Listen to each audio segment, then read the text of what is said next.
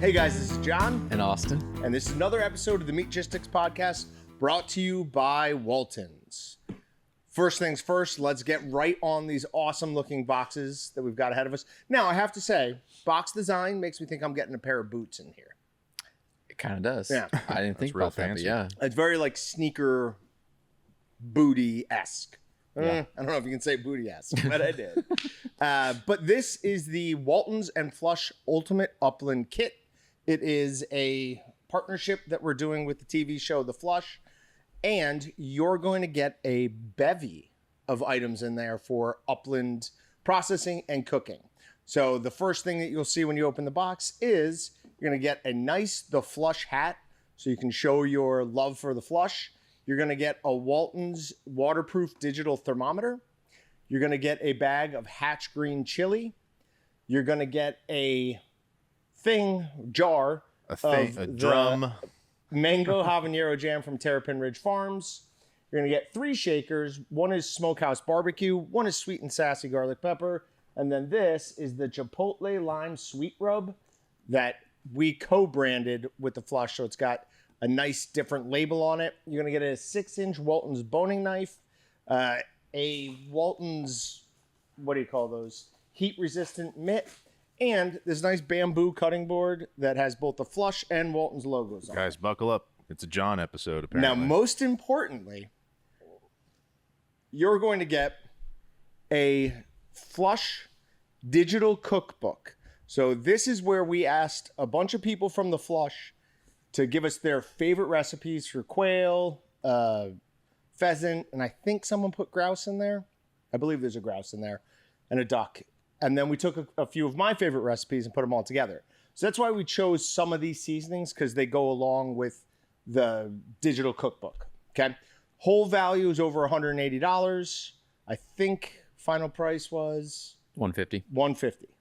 So support Walton, support the Flush, and get a deal. This is a great gift. If you don't know what to get somebody for Christmas in your life and they're an upland bird hunter, absolutely a great gift. Also, we made 72 of these or something, and in 5 of them, we have Onyx Elite memberships. They're totally random. I was kind of hoping that the one I pulled was going to have the Onyx Elite membership card.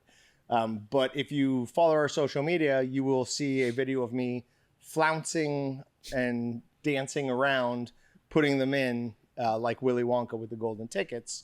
Although I wasn't really channeling Willy Wonka. I don't remember that scene in that movie. Right.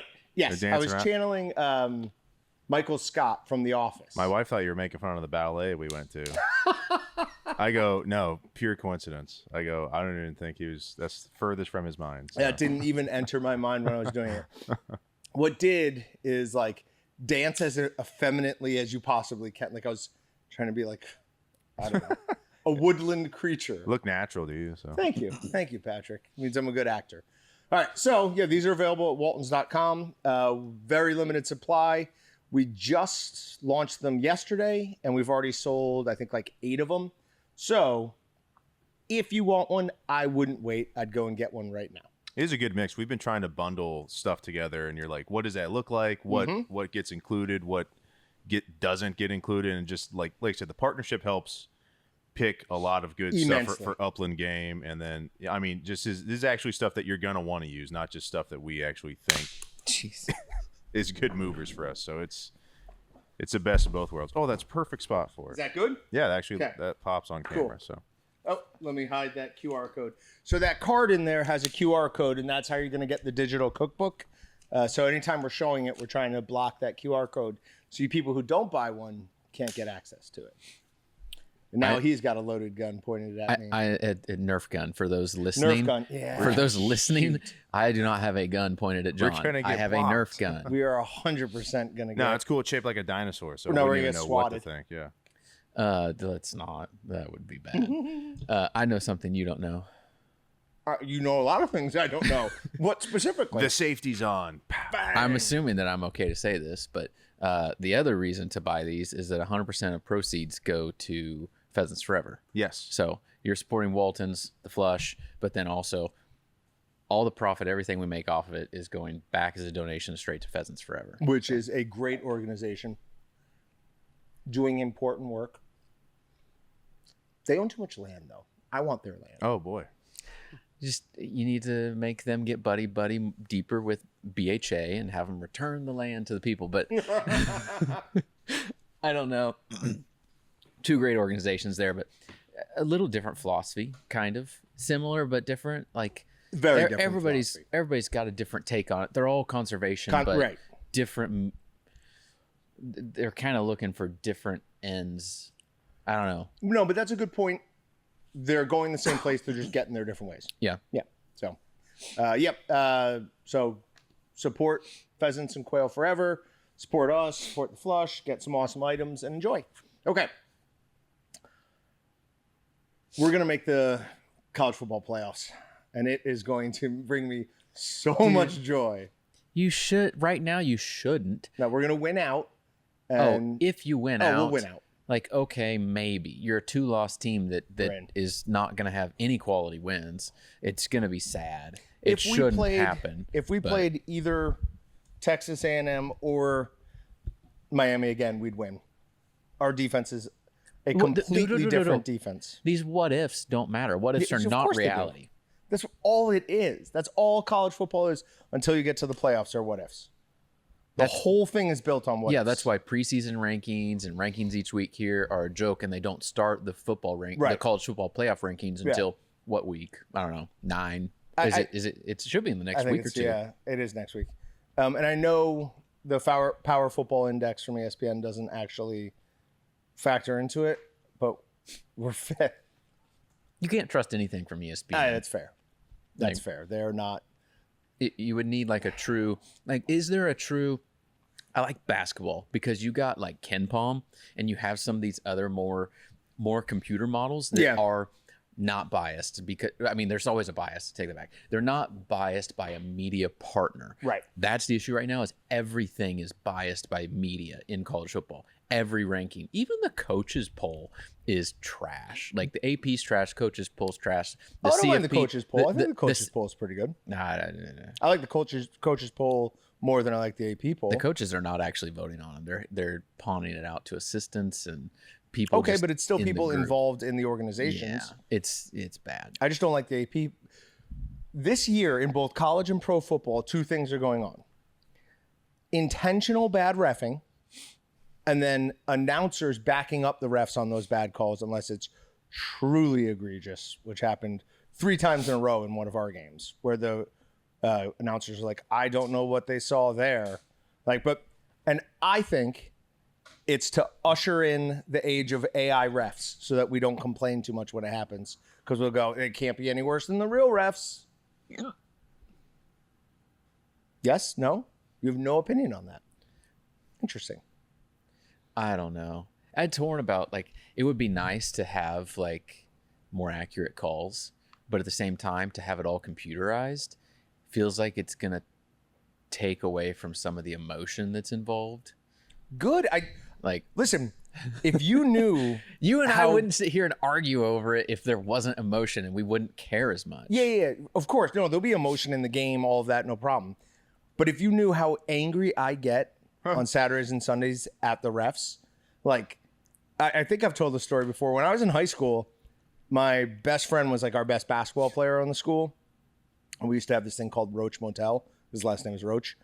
And they like completely hosed him at the end of the game. Like 100%. I chased the refs into their changing room as I'm yelling at them. It ended up not being funny. Our athletic director had to get involved because they wanted to suspend me for football games because of that. Hey, fellas, join us at the Roach Motel. Come on. Is he mimicking me? That's you. That's not what I sound You didn't like. say what you said. I'm assuming. Oh, no, there was a lot of foul language refs and yelled at them.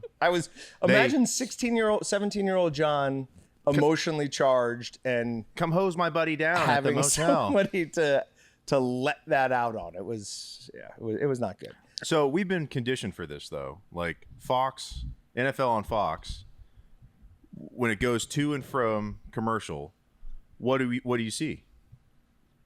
Who's the robot? The robots. Yeah. We've long known about one of my favorite video games on Sega growing up. It was robots. Oh, robot football players playing football. if they had robot football players, how long until there would be personal fouls for hitting too hard also? Oh, They'd we start can't. They do it. eventually You'd they have would. to have to have a whole separate robot league. These You can't, robots like, have no. That's what I'm saying. If they replaced humans with robots, they would still be Everyone. like, that hits too hard. They've ruined the NFL. Man. I mean, I still love it. It'd be but like they've ruined it. It'd be like there'd be like weight classes and just limitations on. I mean, it'd be like NASCAR. Like you can't tell me that somebody can't design a car to go faster than all the 100% rest, they can. but they have so many limitations on Yep. what you can and can't do. I mean, it's Restrictions. robotic. You still have a person driving to make mistakes or do something better than another, but it's still you're more in that realm than football. I mean, there's no mechanical in football.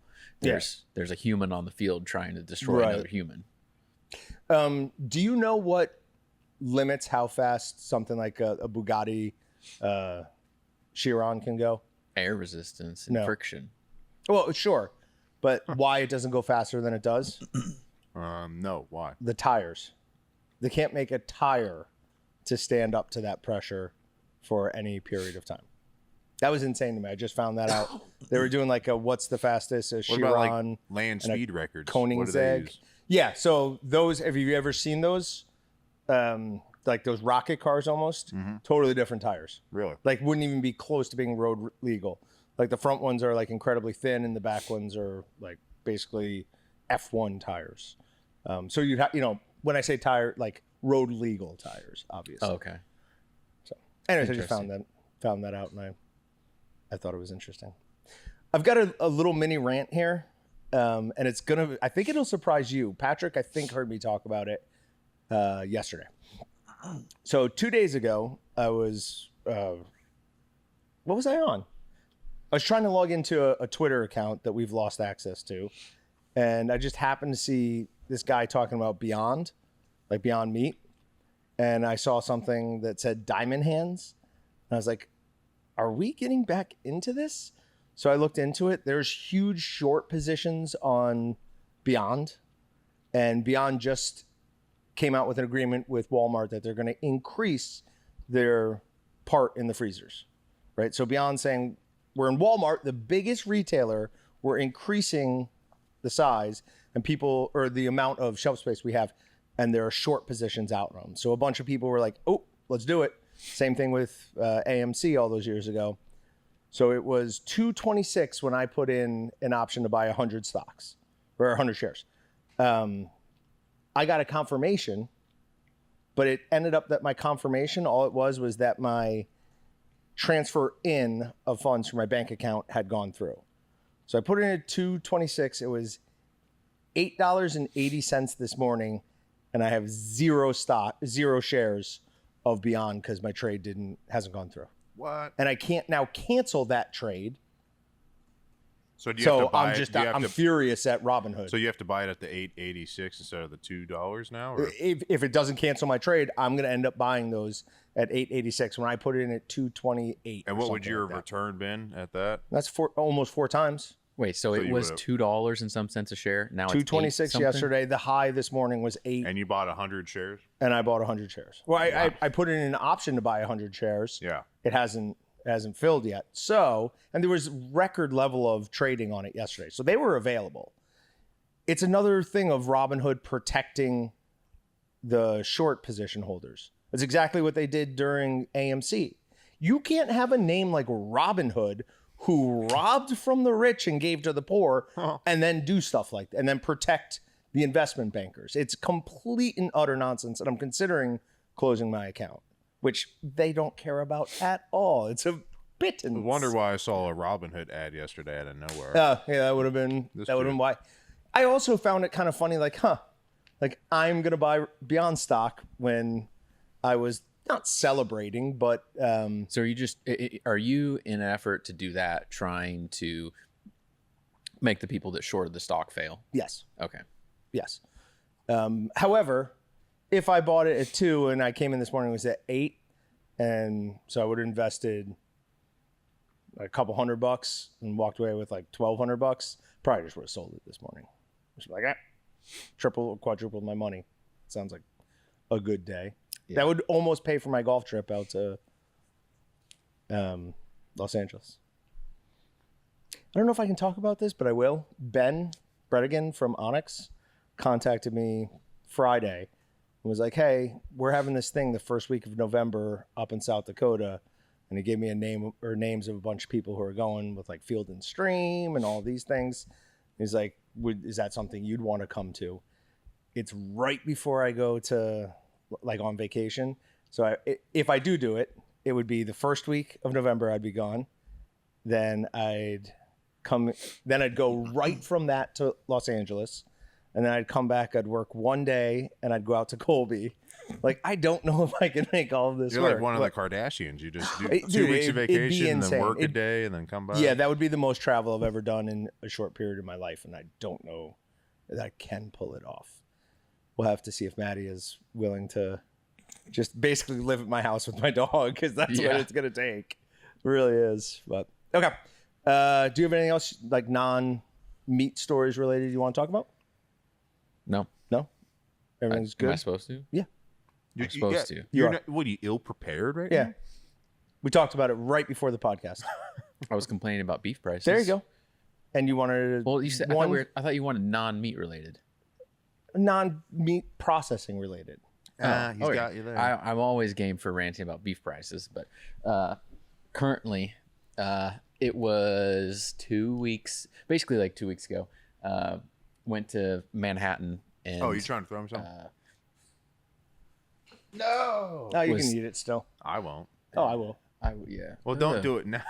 So don't touch my for those that light. can't see, we just John just threw a piece of salami across the floor. It's on the floor and it's now in his mouth. In his mouth. We're gonna see what kind of staph infection I'm you not get. gonna not eat a piece of salami that I made. All right, let's go I again. love how you were super close. We're just interrupting your story. Just like, hold on, we're busy. That one was on me. I didn't get my hands around. We're gonna get one. Sorry, guys. You gotta throw it a little bit more this way. There we go. Between We're usually the really good fingers. at that. Between the Pick up that piece for later for me.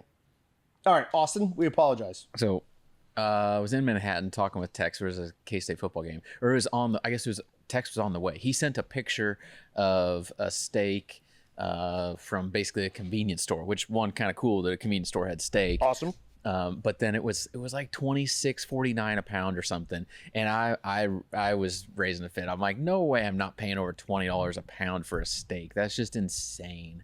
And then lo and behold, I'd asked my wife to get steak for an event, and so she bought it that day. I found out a couple hours later that she bought steak for like $23.99 or $24 a pound. Ouch. Something like that.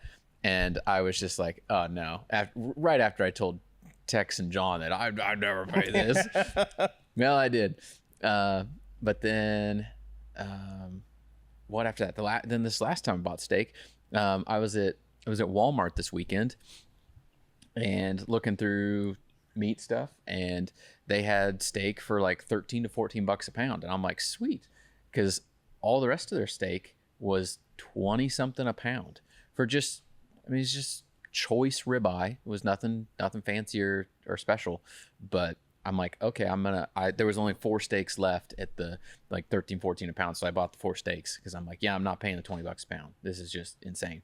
And then the last steak thing, I have to give my wife a little grief because she was at Sam's Monday, probably Monday. I think it was Monday. And they had tomahawks for $10 a pound. Oh. And she didn't get any. Oh. So unfortunately, got some good deals on steak, got some bad deals on steak, and probably the best one, the $10 tomahawks, didn't get. We should call her, put her on the pod right now. Like, hey, what were you thinking about? Hey, honey, you're on the podcast. I just had a real quick question. We need to figure out what was going on in your mind. We need some clarity, yeah.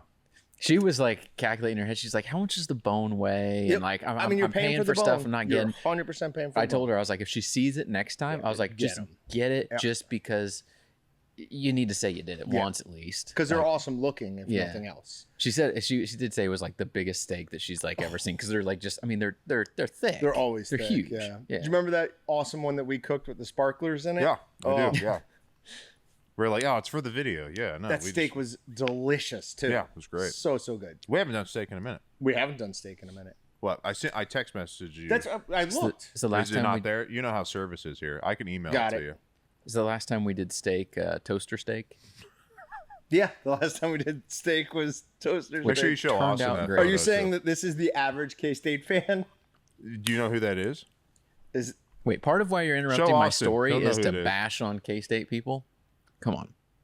Who is that? I don't. There is nothing wrong. It That's looks like just Shane Gillis. That's just a little bit. good 1996 photo. That's BTK, and it says and it says Is it Brats. It says Brats. What's it say at the No top? way. Tailgate in Brats, K-State. Tailgate and K-State. Is that seriously BTK? And Yeah. that's BTK? K-State fan. What do you think's going on, guy? That's not good. Bad luck, bad image right there. Oh, God. Okay. Is that real or is that AI? I mean, come on. It's real. That's pretty real. It's real.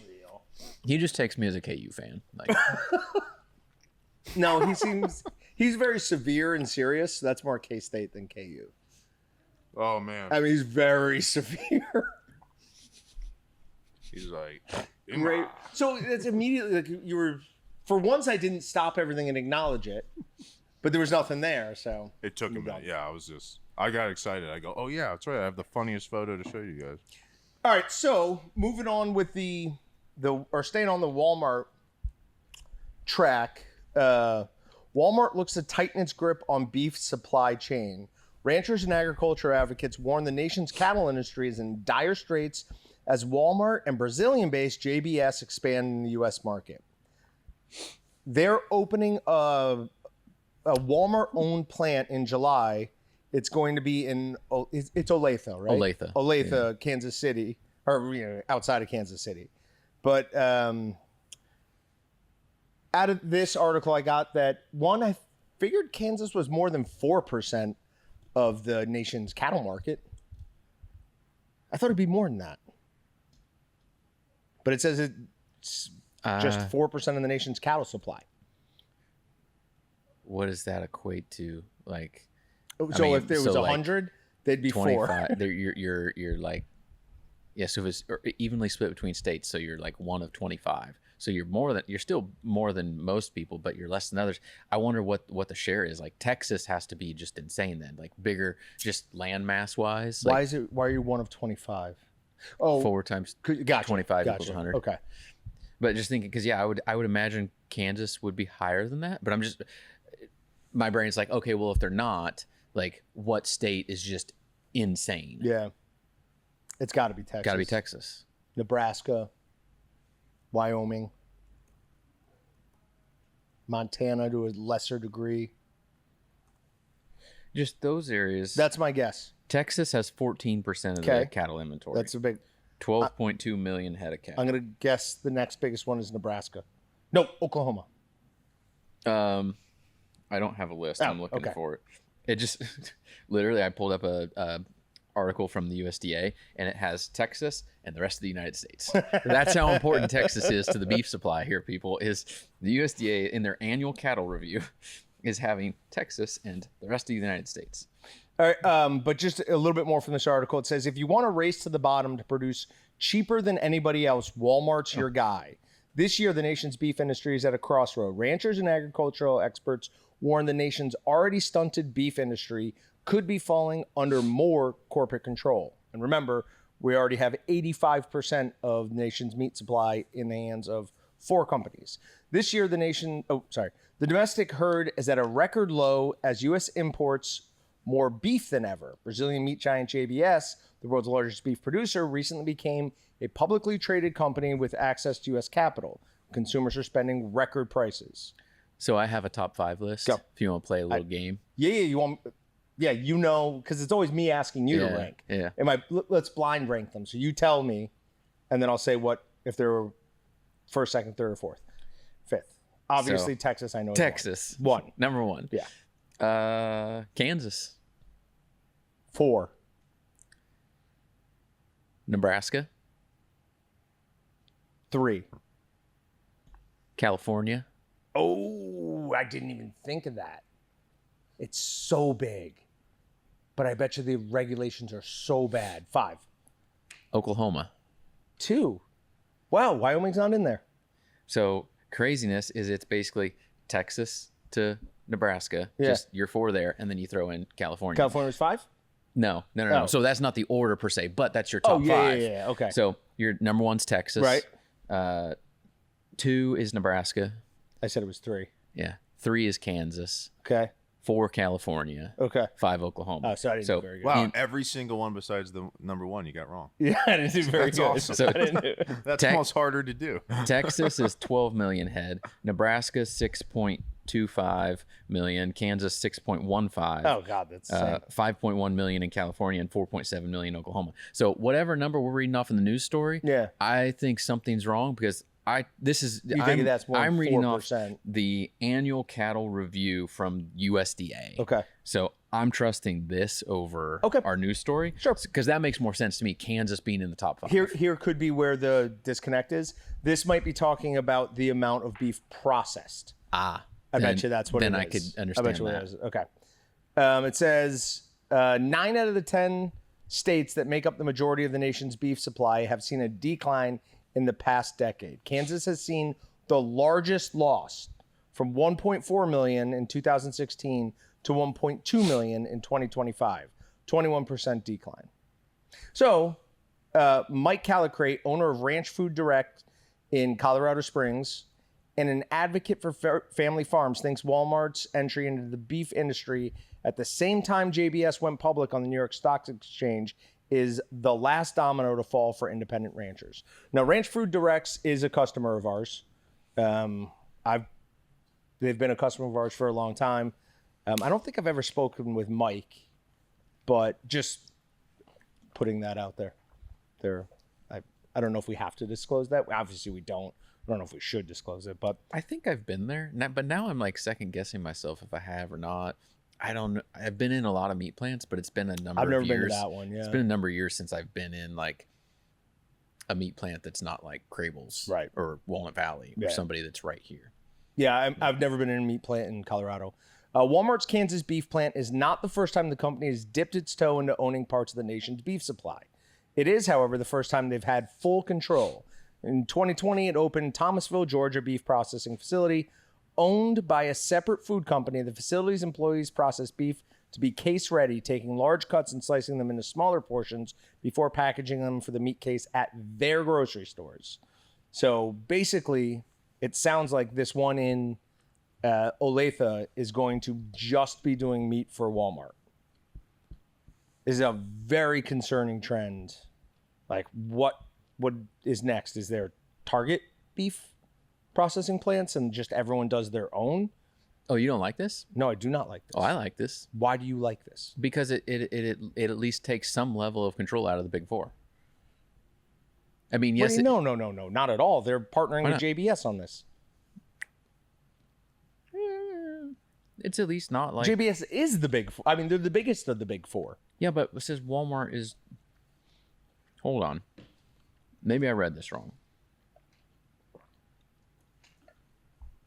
Because it said that they were in Georgia doing something where they were like. Yeah, in Georgia, they own their own through basically a shell company that made meat specifically just for Walmart. Yeah, but this one, I thought this was like theirs.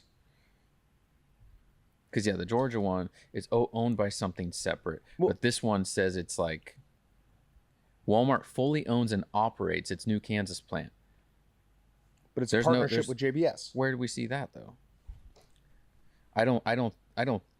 If that's the case, then I'm like, okay. But I'm taking it as the Big Four have no play in this. This is Walmart's. I don't think that's correct. But unfortunately, because it says JBS, Tyson, Cargill, and Marfrig control 85% of the beef market. Walmart's buying and processing its own beef will initially compete directly with these companies. Okay, maybe I did misunderstand it from the sub headline, which is ranchers and agricultural advocates warn the nation's cattle industries in dire straits as Walmart and Brazilian-based JBS expand into the U.S. market. So it's saying those are two different things, not that this plant is the same. But Tyson hasn't commented, but Tyson is specific. Their largest customer is Walmart, 20% of what they do, and this is like expected to have like major impact, and negative effects on them. I said a long time ago that we're not at some point we're not even going to have states anymore. It's just going to be like the Pacific Northwest is going to be basically Airbus, like you live in the state of Airbus. or you live in the state of Starbucks. And this is another step towards that. I'm against it. I don't like it. What do you want done? I just don't then? like it. You want to just, I mean, the goal would be that they bought all their stuff from local small processors, Sure, but and that's not going to happen. Realistically, not going to happen. But more vertical integration for Walmart is, I just don't see that as a good thing.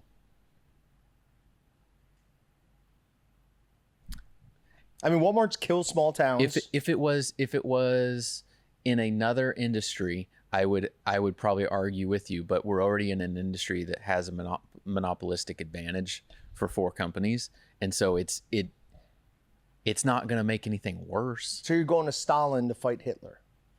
I mean, it's lesser of two evils, and that doesn't generally work out. Okay. What's your other choice though? Lesser of two evils. Should you take the lesser evil or should you take the more evil? Just burn it all down.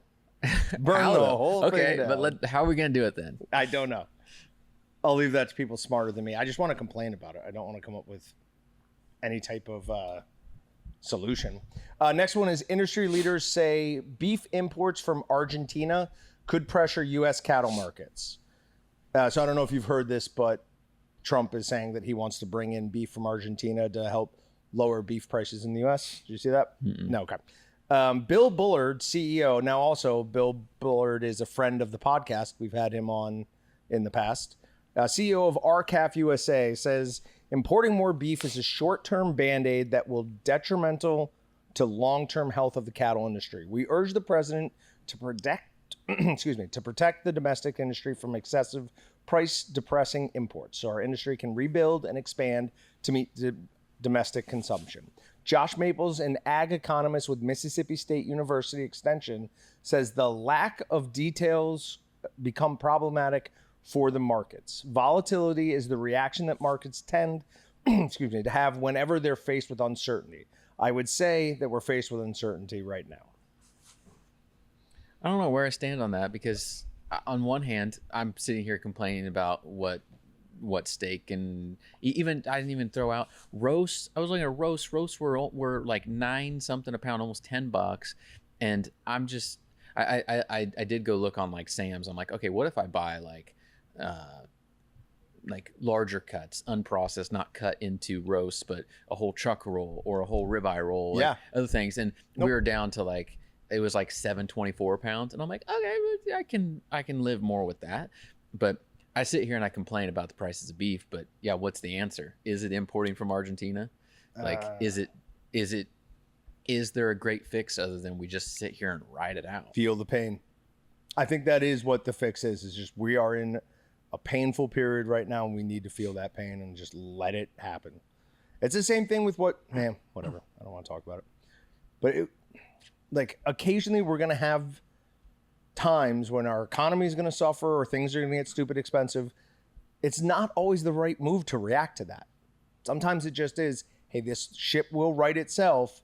Don't make any more waves at the moment. And I see bringing in large amounts of imported beef as another wave. Like, yes, it'll give us some short-term relief from it, but in the long term, that's going to hurt our ranchers.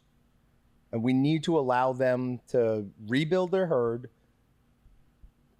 It's just going to be a year, 2 years until we actually start seeing the benefits of it. The real concern, though, is prices never come back down. I was going to say, what's the ultimate thing there? Do prices just go up and then it does kind of stabilize, or does it actually stabilize and we just all kind of get used to paying the new price for it? Gas, I guess, would be the best hope, right? Because gas... That's the one thing over my life I've seen come back down dramatically.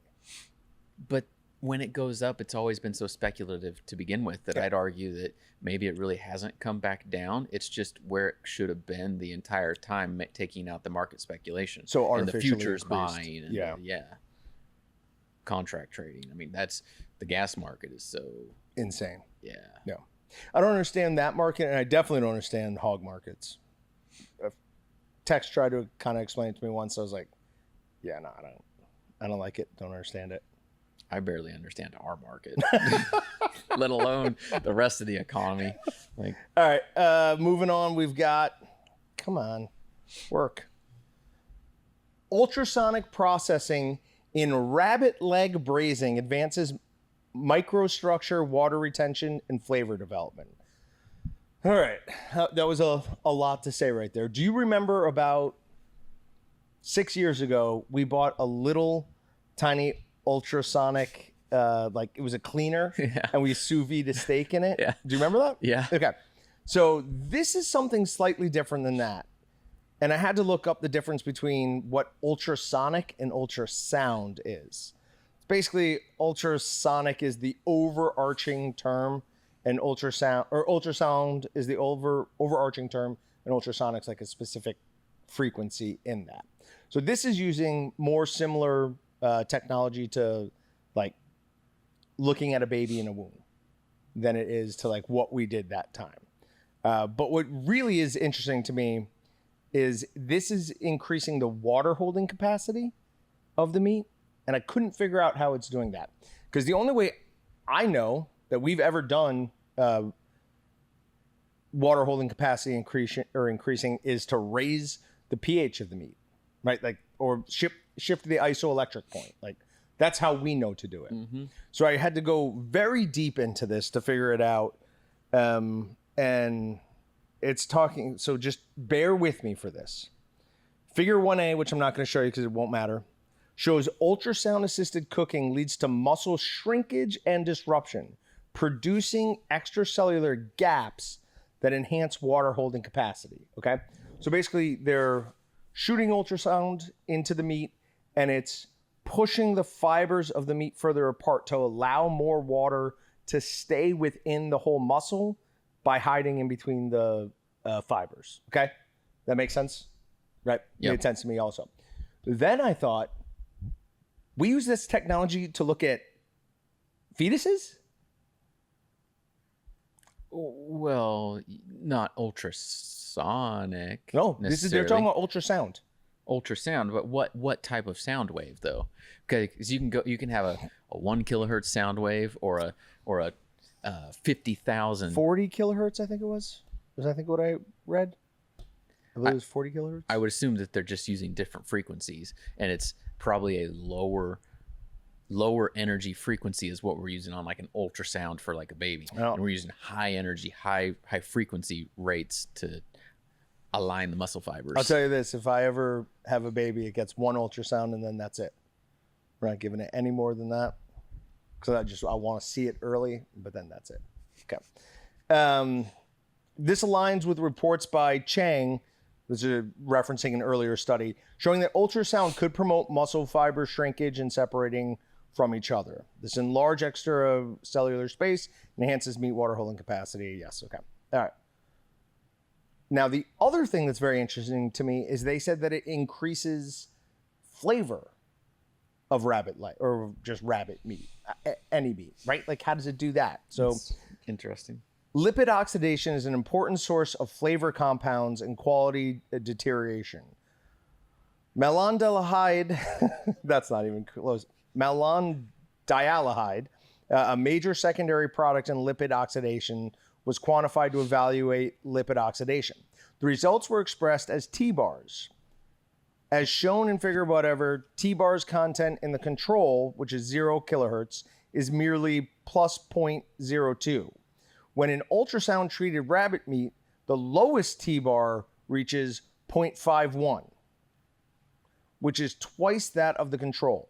This enormous increase demonstrates the significant lipids were oxidized in cooking, which could be verified by this other figure. Anyways, profiling the fatty acids from rabbit leg meats show that the amount of 3 fatty acid families in ultrasound-treated rabbit legs are lower than the controls. This indicates the cavitation produced by ultrasound can promote fatty acid oxidation regardless of the existence or non-existence of double bonds. So it does actually have the ability to increase flavor. That's weird. That's incredible to me. I I get where they're going, but I don't understand it at I all. mean, the lipid oxidation stuff, that's the easiest part to understand. And the fact that they showed a more than 2 times increase in that. Now, why don't we all have these machines at home then? I'm going to look at what it would cost to buy one and do them to all of my meat right before cooking. Did they say they were doing this to like already processed meat, or is this like live No, rabbits? this is during braising. Okay. So like for braising is basically just cooking something like under a broiler in some sort of liquid. So yeah, so this specifically did braising, but all of it should hold true for any other type of cooking as well. And I do remember liking that ultrasonic like cooked steak we had. It was just, I didn't at the time think it was like any different than other steaks we had. That's why we only did it once. It was cool to watch. Yeah. But no. Weird. So is this like, it'd be interesting to see, is this something that can be like actually commercialized and like at scale done? Or is this like, maybe you can buy something to do it at your house or a restaurant and it's like localized individual? So they're talking about doing a commercialized. There's what they seem most excited about is the potential for energy savings, because braising something, broiling something, however you do that, is a very energy intensive process, and this would allow them to greatly reduce the energy input taken to do that. So it is definitely interesting. I don't recommend anyone go and read that article because it's not actually an article. It's a scientific paper, and it took me probably about 40 minutes just to get that little bit of information out. They've got lots of numbers and formulas. It's so dense. And it's yeah. The only one I ever read, because I read not a decent amount, but I'll read 7 or 8 of those a year. The only one I ever like remember understanding well was the crocodile one. Do you remember we talked about, like I read this long thing on crocodile meat? I'd have to go back and look at it as well, but I don't remember. yeah, okay. But that one I did remember well. All right, moving on to wild card. Now, this is because Patrick reminded me that wild cards didn't always have to be a video in the past. Like sometimes we would just read something that didn't align with other things we were talking about. So this is the 2 I want to talk about real quick, and then I do have a video. Australia must declare war on the great white shark. And another one, surf journalist calls for great white shark cull after horrific death. I just want to point out that my long-held position is starting to take root in Australia. You're starting to become mainstream. I think I'm getting through. I'm no longer shouting into the void. People are now listening to me when I say we need to kill some of these things. Yeah, I mean, the great white shark in the picture there, it doesn't look that bad. I mean, look, looks like it's missing teeth and it's only got about 20 in there. Like, are they really that bad, John? Are they that bad? Definitely that bad. But It's horrifying. it only looks like there's a few teeth though. Oh, it's because sharks have they retract. Like multiple rows and well, stuff. yeah, they have multiple rows, but they have like gums, or not gum, like lips, basically. Oh. And they retract those. And actually, I think it's more like the jaw comes forward. Yeah, the jaw like comes forward, and right there, it's just checking out what's going on there. It's not planning on feeding. That thing is big enough. You could just slip and slide right down into it. Yeah. Yep. Yeah, they always say, well, I'm not even going to say it. I've said it too many times. I'm not going to say it. All right. This time, Patrick, I did what I said I was going to do last time, and we have this actual video, this actual clip, so we don't have to watch any ads. Okay. This is a jaguar that was in the middle of this huge lake, and people go out and rescue it. Now, this is military and police, but watch this. So they've got this floating thing. This jaguar is swimming out in the middle of absolute nowhere, and it is badly injured. Oh, that thing is... Look at the size of those claws. Gripping on there. And you're going to bring that in your boat? No, they don't bring it in the boat. So it's holding on to this, I don't know what it is, like mat that they put down into the water, and they're now tying to the boat. The jaguar is holding on to it and just calmly watching the people. Like, it's not freaking out, it's not snarling, it's not growling, and it's watching them. Like, it clearly knows what humans are and is hoping that they will help it out. Now, this jaguar they also think was shot at some point, or it was at least severely injured. This dude gets to reach over and pet the wild jaguar, which that lucky, and it holds on as they drive the boat back to shore. Insane. And it's literally holding on to this and being dragged along the side of the boat. How did it get that far out that's there? Incredible. It probably shot and tried to get away from whoever shot it, or probably got shot and tried to get away from whoever shot it. But that is awesome. I love that story. One, because I thought it was AI at first, and then over just like looking at it and seeing articles about it, realized it wasn't. That is crazy. Man, I love jaguars. Them jumping out of trees on crocodiles is like one of my favorite things. So much fun to watch. One bite to the back of the head and crocodile. Do you go search these videos out? Yeah. Or, okay. 100%. I didn't know if you just have like the perfect social media curated that they just get sent to you, or like my Instagram is the opposite of a perfect like algorithm at this point. My reels are completely unhinged. It's ridiculous. Interesting. Which is probably my own fault, but what can you do? I need to go. Seeing this makes me think I need to go check footage on my security cams from last night because don't do that. I was getting. I had to see what was going on over there. No. I was getting weird stuff, and I was like, I can't tell if it's like, I don't know. It looked small. I was like, it looks too small for a coyote, but I was like, nobody has house cats really around us, but I'm like, maybe it's something else. Bobcat? You figure out if it's a bobcat, a house cat, a coyote, or something. We got something that's like for several hours was hanging around the house, and don't like, because my kids actually, when I put them to bed, they're like, we're scared of coyotes. We don't want to be outside. I'm like, they're scared of you. They'll see you, smell you. They're going to stay away. But I'm just like, oh, now I see this, and there's something hanging around out there. The kids are out there and see it, and they're gonna freak out. Did you see Dylan's photos of the coyotes? Yeah. That was pretty cool. Yeah, I actually told my kids as they were scared. I'm like, we'll just talk to Uncle Dylan. He'll come. He'll clean them out real fast. Yeah. All right, that's it. We will be back next week. We've got Brett Walton on the podcast for at least a segment, if not the entire thing. And we'll see you guys then. Thanks, guys. Thanks for checking out the Meatgistics Podcast. To shop everything but the meat, head on over to waltons.com. To get your meat processing questions answered by experts and enthusiasts alike, head on over to our online community at meatgistics.com.